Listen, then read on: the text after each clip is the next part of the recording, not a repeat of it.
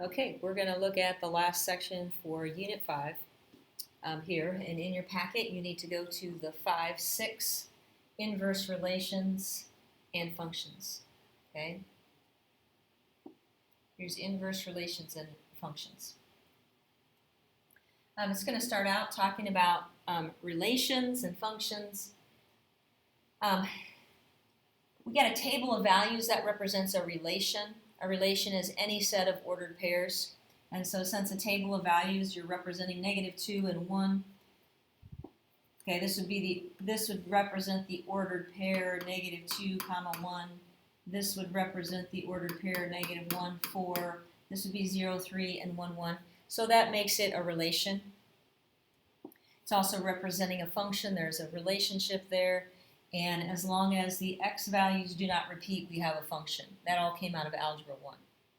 When we're trying to find the inverse of a function, okay, you've been seeing that we've written functions like f of x, or sometimes it's g of x, or h of x, but this is how we write a function. To find the inverse, you're going to see a little -1 put up there. Okay, that means the inverse of the f of x function. So that's the notation that you're going to see. To find the inverse, it says it's formed when the roles of the independent and the dependent variables, that's the x and the y, when those roles are reversed. In other words, we interchange the x and the y. So if I were to find the inverse of this table, okay, actually I don't want to label that b, but if I were just going to find the inverse of that table, all I'm doing is I'm switching the x and the y, so it's going to become 1, -2. It's going to become -1, 4. I'm sorry, I got to switch that around. I'm switching these around, so it's going to be 4, -1.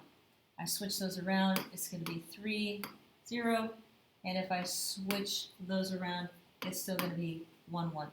Okay, so all we did is we switched the x and the y. That's how you get the inverse.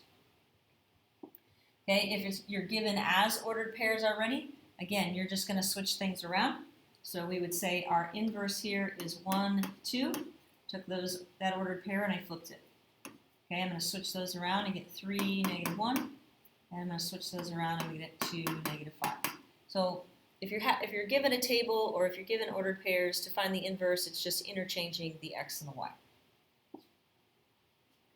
Okay, it says recall that the definition of a function is that for every x value, there can be only one y value. Note that we also use the vertical line test.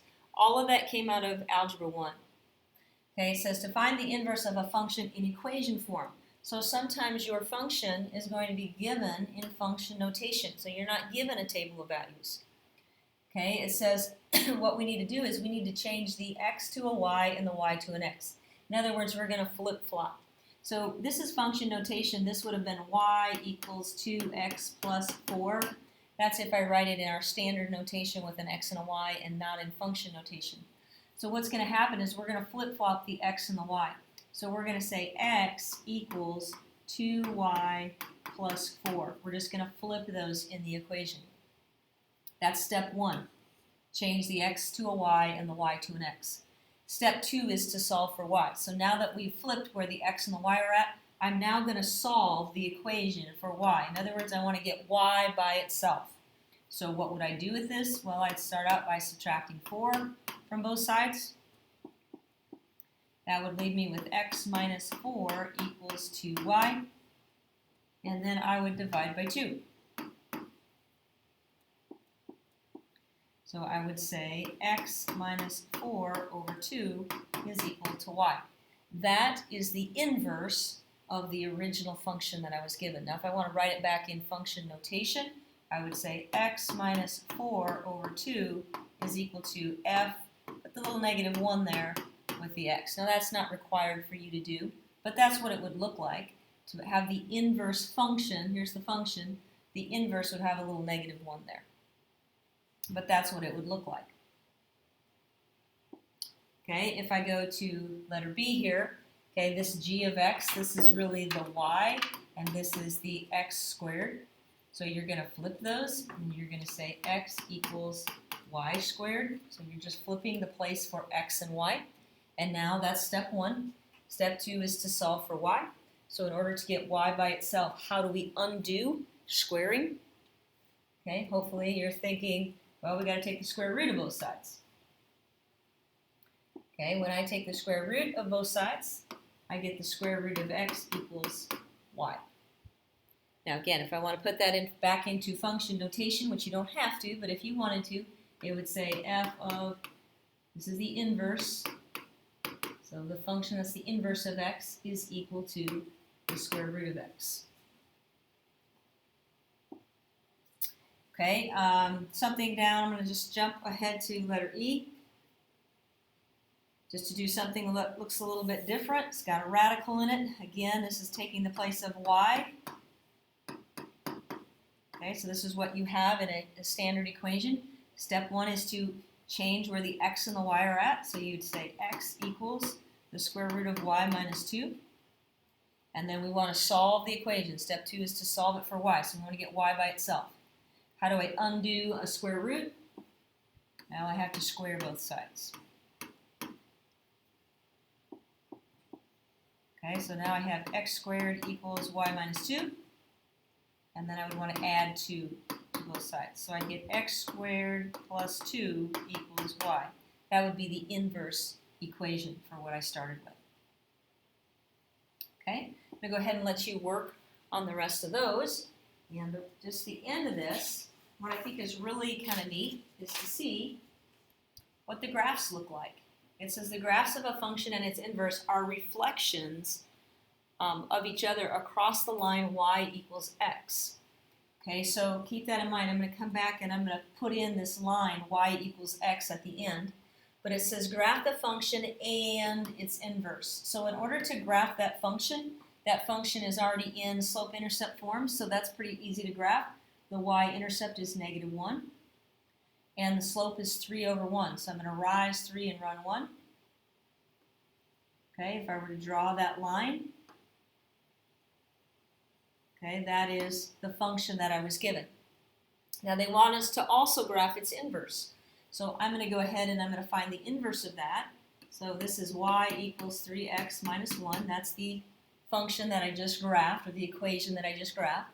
So I'm going to flip where the x and the y are at, and I'm going to say x equals 3y minus 1. And that's step one, is to flip where x and y are. And then I'm going to solve it for y. So I would have to add 1 to both sides and get x plus 1 equals 3y. Divide by 3. So x plus 1 divided by 3 equals y.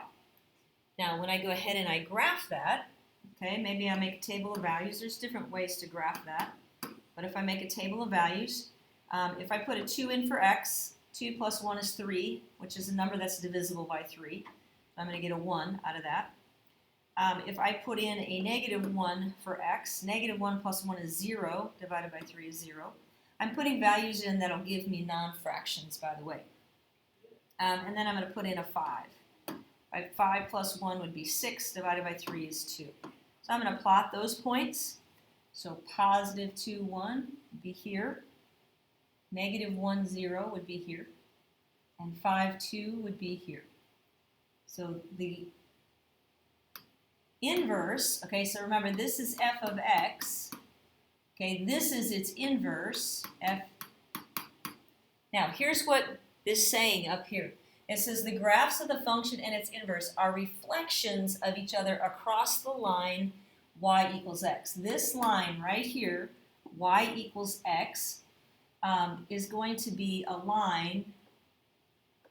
This is what y equals x looks like.